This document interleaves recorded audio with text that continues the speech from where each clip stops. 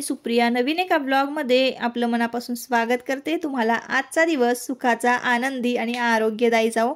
तुम्ही जी काही स्वप्न पाहिली असतील ती सगळी स्वप्न तुमची पूर्ण होत। त्याचबरोबर शुभ दुपार सर्वांना। दुपारची वेळ आहे, छान अशी हवा सुटली होती।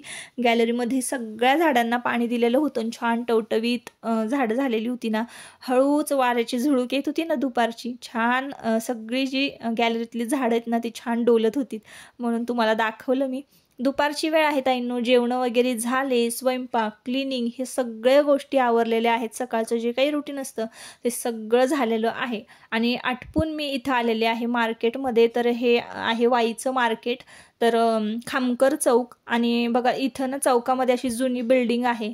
तर आमची वाई आता बरेच जण मला ना प्रश्न करतात, ताई तुम्ही कुठं राहतात, किंवा बऱ्याचदा मला ही कमेंट खूप वेळा आलेली आहे।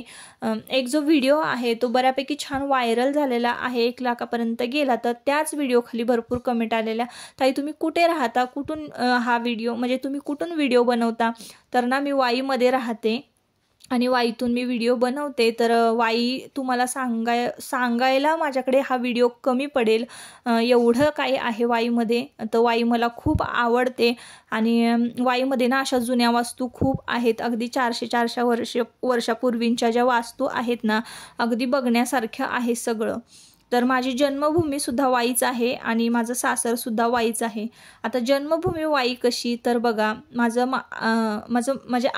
आईचं माहेर ना वाईच्या शेजारच्याच गावामधलं माझ्या आईचं माहेर आहे, त्यामुळं माझी जन्मभूमी ही वाई आहे। तर वाईच्या हॉस्पिटलमध्येच माझ्या आईची डिलिव्हरी झाली होती, म्हणून माझी जन्मभूमी वाई आहे। आणि मला ना वाई इतकं आवडतं ना, तर नशिबाने खरंच मला वाईतच सासर मिळालेलं आहे। तर मी खरंच खूप खुश आहे। मला वाई खरंच इतर गावांपेक्षा खूप खूप आवडते।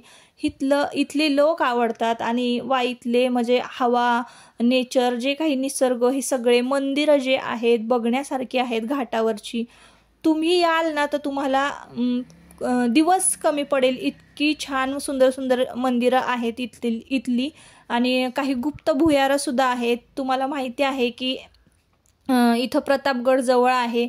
खूप साऱ्या म्हणजे वाईत बघण्यासारखं आणि राहण्यासारखं खूप काही आहे, म्हणून वाई विषयी ना म्हणजे माझ्या एक मनात वेगळीच जागा आहे। पुण्या मुंबईला कितीतरी मुलींना राहायला आवडतं, तिकडं शिफ्ट व्हायला आवडतं, पण मला जर कोणी म्हटलं ना तर मी वाई कधीच सोडू शकत नाही, तर इतकी मला वाई आवडते। तर असं आता वाईबद्दल मी तुम्हाला खूप काही सांगितलं। तर बघा ताईंनो, मी किराणा माल ना एका वाण्याच्या दुकानामध्ये भरते आणि मी कसा किराणा माल भरते तर हे सुद्धा मी तुमच्या या व्हिडिओमध्ये तुमच्याबरोबर शेअर करते। व्हिडिओ तर खूप छोटा आहे, पण तुम्हाला थोडक्यात सांगायचा प्रयत्न करते। तर बघा ताईंनो, आत्ताचा काळ जो आहे तो खूप असा डिजिटल झालेला आहे। म्हणजे ज्या काही गोष्टी आपल्याला हव्या असतात तर त्या आपण अगदी भाजीपाला म्हटलं ना तरी सुद्धा ऑनलाईन ऑर्डर करू शकतो, असं आत्ताचं युग आहे। पण ताईंनो, मला ना किराणा माल जो आहे ना तो वाण्याच्याच दुकानातून भरायला आवडतो। तर का आवडतो ते सुद्धा सांगते। बघा आपण लहान असायचो आणि त्या काळी काय एवढा आपल्या आईवडिलांकडे पैसा नसायचा, हातावरचं पोट जेव्हा कमवेल तेव्हाच खायचं। आणि जेव्हा जी गोष्ट हवी असायची, आपल्याला पाहिजे असायची, तेव्हा आपल्याकडे तेवढे पैसे नसायचे, तर आपण वाण्याच्याच दुकानातनं काही गोष्टी उधार आणत होतो।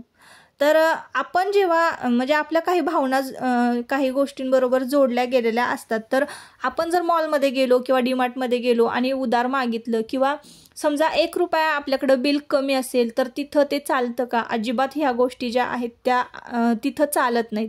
आणि वाण्याच्या दुकानामध्ये किराणा माल जर आपण भरला आणि तिथं जर आपल्याला 5 रुपये जरी आपले कमी असते तरी ती माणसं आपल्याला असू द्या, राहू द्या असं म्हणतात। म्हणजे ह्या सगळ्या गोष्टी एवढा डिफरन्स असतो।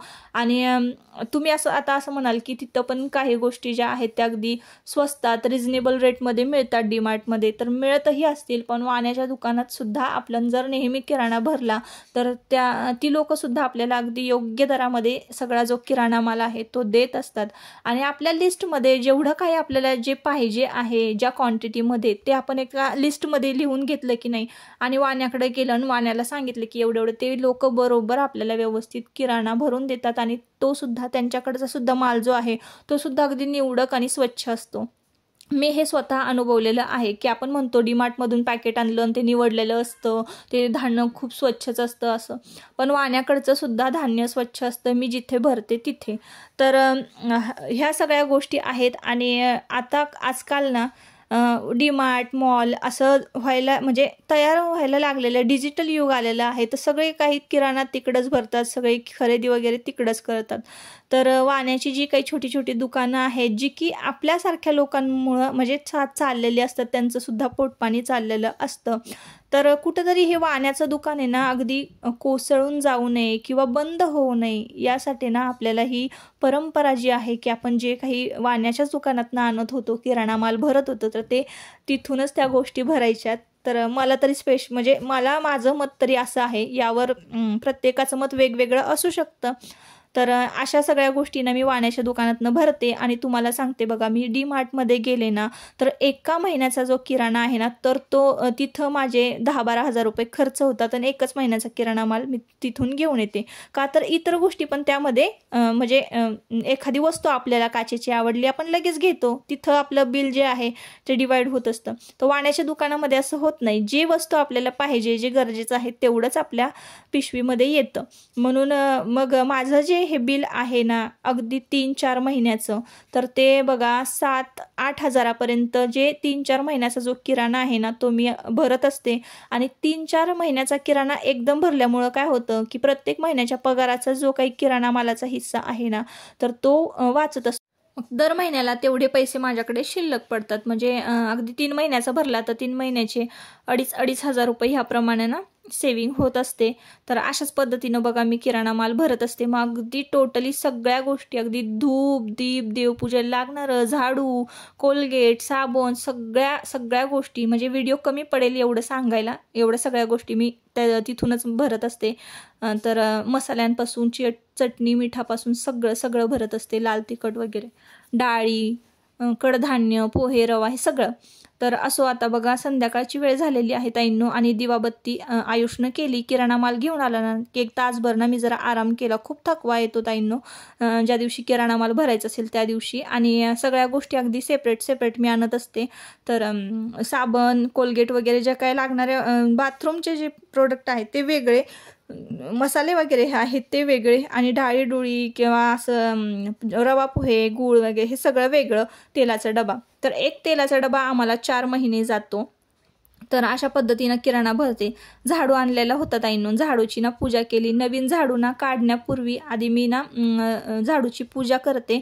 हळदी कुंकू लावायचं, थोडंसं पाणी शिंपडायचं त्याच्यावर आणि नमस्कार करायचा. अशा पद्धतीनं पूजा करून मी झाडू काढत असते. कारण लहानपणापासून मी बघितलेलं आहे, आई पण माझी अशीच करायची, आजी पण अशीच करायची. तर लक्ष्मी घरामध्ये जेव्हा येते तेव्हा तुम्ही झाडू असाच लगेच वापरायला काढू नका, त्याचं पूजन करा आणि मग तुम्ही वापरायला काढा. तर गुरुवारचा दिवस होता, संध्याकाळची वेळ होती ना, त्यामुळे झाडूचं पूजन केलं आणि वापरायला काढलेलं आहे. तर झाडूसुद्धा कुठला वापरते ते मी तुम्हाला पुढच्या ब्लॉगमध्ये सांगते.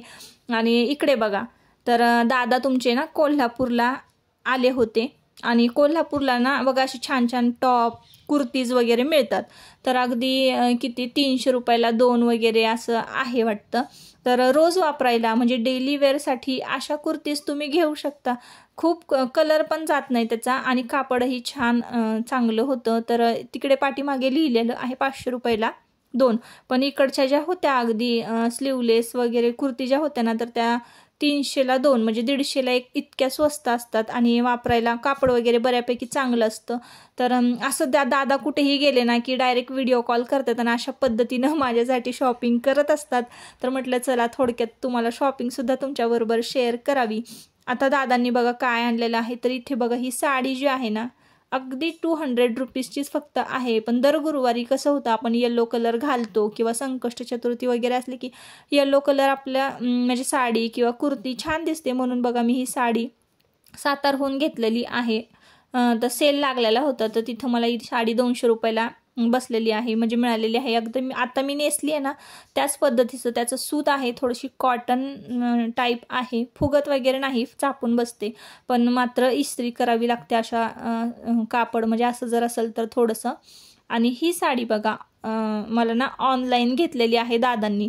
आता तुम्हाला मी एवढं सांगितलं की डीमार्टमध्ये वगैरे मी शॉपिंग आम्ही नाही करत किंवा तर ऑनलाईन ना क्वचितच वस्तू आम्ही मागवतो. अगदी आवडल्याच आणि कुठं दुकानात जर मिळत नसतील ना तरच आम्ही अशा वस्तू ऑनलाईन मागवतो किंवा डीमार्टमध्ये वगैरे गेलो तर शॉपिंग करतो की ज्या गोष्टी बाहेर मिळत नाही आहेत, आपल्याला पर्यायच नाही आहे, तर अशा गोष्टी आम्ही बाहेरून म्हणजे मागवत असतो. अगदी थोड्या प्रमाणात ऑनलाईन शॉपिंग करत असतो किंवा डीमार्टमध्ये मॉलमध्ये. तर ही साडी मागवलेली होती, त्यांना आवडली होती त्यामुळं. तर हे ब्लाऊज बघा तुमच्या दादांनीच आणलेली आहे. 200 रुपयाला एक ब्लाऊज मिळालेला आहे आणि ही चॉईस तुमच्याच दादांची आहे.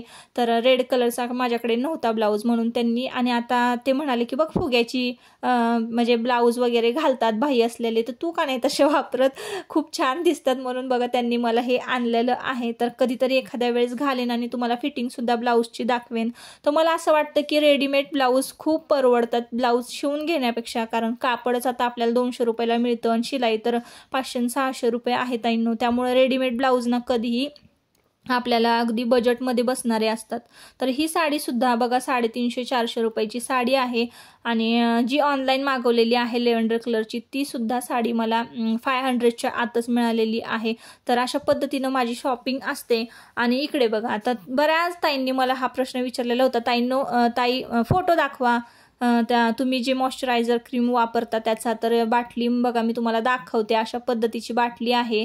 नॅचरल एलिनाचं हँड अँड बॉडी लोशन आहे. तर ते बऱ्यापैकी खूप चांगलं आहे आणि पटकन स्किनमध्ये ॲब्झॉर्ब होतं. तुम्हाला सूट होत असेल तर तुम्ही वापरा, कारण मला तर ह्या चांगला अनुभव आलेला आहे या क्रीमचा. तर मला 235 रुपयाला ही बॉटल खरी आहे, पण होलसेल दरामध्ये तुम्ही घेतली ना तुम्हाला 100 रुपीजला पुण्यामध्ये मिळते. आता पत्ता तरी मला नाही माहिती, आमच्या ननंदबाईंना माहिती आहे, त्यांचं पार्लर असल्यामुळे. जर तुम्हाला पाहिजे असेल, तुम्ही पुण्यात असाल तर मी तुम्हाला त्या दुकानाचा पत्ता त्यांच्याकडनं घेऊन देईन. पण ह्या बॉडी लोशनचे बऱ्याच जणांनी मला विचारलेलं होतं कुठलं तुम्ही वापरता, तर ते पण सांगत जा आणि काय. तर संक्रांती दिवशी बघा मी बेबी क्रीम वापरलेली होती. तर एक ताई मला म्हणाली की ती पुढच्या वेळेस तुम्ही दाखवायला विसरू नका, कमेंट केलेली होती. तर बघा ही पॉन्स बेबी क्रीम मी वापरते. बेबी क्रीमचे भरपूर असे ब्रँड आहेत ताईंनो, तुम्ही कुठल्याही ब्रँडची जी तुम्हाला आवडते, सूट होते, बजेटमध्ये बसते त्याप्रमाणे घ्यायचं. तर मी आपलं कधीच नाही मेकअप करत, कधीतरीच आपण सणवार असेल किंवा कुणाच्या लग्नाला जायचं असेल तर मेकअप करतो. तर थोडासा काहीतरी म्हणून मग मी हे घेतलं होतं. कारण मेकअप जर करायचं असेल ना त्याच्या स्टेप खूप आहेत. मग आधी प्रायमर लावा, फाउंडेशन लावा, कलर करेक्टर लावा, मग त्याच्यावर हे ह्या सगळ्या स्टेप असतात ना, ते मला जास्त आवडत नाही मेकअप करायला. त्याच्यामुळं मी आपली हे एक बेबी क्रीम लावायची, मॉइश्चरायझर सनस्क्रीम लावल्यानंतर बेबी क्रीम लावायची, पावडर लावायची, झाला आपला मेकअप. काजळ बिजळ लावलं की. त्याच्यामुळं मी अशा स्टेप फॉलो करते. आणि ही सनस्क्रीम मला एका ताईंनी विचारलेली होती, तर गौरांगी सनस्क्रीम मी तुम्हाला दाखवते. तर ही बघा अशी आहे. तर ह्या सनस्क्रीमचा सुद्धा मला चांगला फायदा झालेला आहे. तुमची जी स्किन आहे ती वेगळी असू शकते, माझी स्किन वेगळी असू शकते. त्यामुळे कुठलेही प्रोडक्ट वापरताना तुम्ही काळजी घ्या. मी काही तुम्हाला म्हणजे सांगत नाही, जे सजेस्ट करत नाही, मी जे वापरते ते तुम्हाला दाखवते. तुम्ही पण म्हणालेला की दाखवा म्हणून मी हे दाखवते सगळं. तर अशा पद्धतीनं बघा ही बेबी क्रीम मला सूट होते म्हणून मी लावते. आणि गौरांगी सनस्क्रीम जी आहे तर ती तुम्ही म्हणजे जे कोणी रूपदाचे प्रोडक्ट किंवा फेशियल वगैरे ज्या पार्लरमध्ये होतात त्याच पार्लरमध्ये ही गौरांगी सनस्क्रीम मिळते. किंवा एखाद्या मेडिकलमध्ये वगैरे मिळत असली तर विचारपूस करून बघा, कारण मला तर इथं कुठे मिळत नाही. जर तुम्हाला वापरायची असेल ही सनस्क्रीम 100% चांगली आहे, म्हणजे माझ्या तरी स्किनला सूट झालेली आहे. त्यामुळं ना जे काही डार्क स्पॉट वगैरे होते ना ते पूर्णपणे माझे गेलेले आहेत. चांगला अनुभव आलेला आहे म्हणून मी तुमच्याबरोबर शेअर करते. तर ताईंनो असो, आता या व्हिडिओचा इथंच शेवट करते. परत पुन्हा भेटूया नवीन एका व्हिडिओमध्ये. तोपर्यंत स्वतःची काळजी घ्या, मजेत राहा. आणि हा व्हिडिओ आवडला असेल तर नक्की आपल्या चॅनलला सबस्क्राईब करा आणि व्हिडिओला एक लाईक करा. तर आधीमध्ये बघा आता आपले व्हिडिओ ताईंनो येत नाही आहेत, खूप गॅप पडतोय. तर त्याचं कारणसुद्धा मी सांगते पुढच्या व्हिडिओमध्ये, कारण हा व्हिडिओ खूप मला वाटतं लहान झालेला आहे आणि कारण खूप मोठं आहे. तर काहीतरी म्हणजे यूट्यूबचाच पेमेंट प्रॉब्लेम आहे, त्यामुळं ना मला असं थोडासा मूड माझा ऑफ होतो, मला व्हिडिओ अपलोड करावासा वाटत नाही. पण असो, पुढच्या व्हिडिओमध्ये मी ते नक्कीच सांगेन. Bye bye.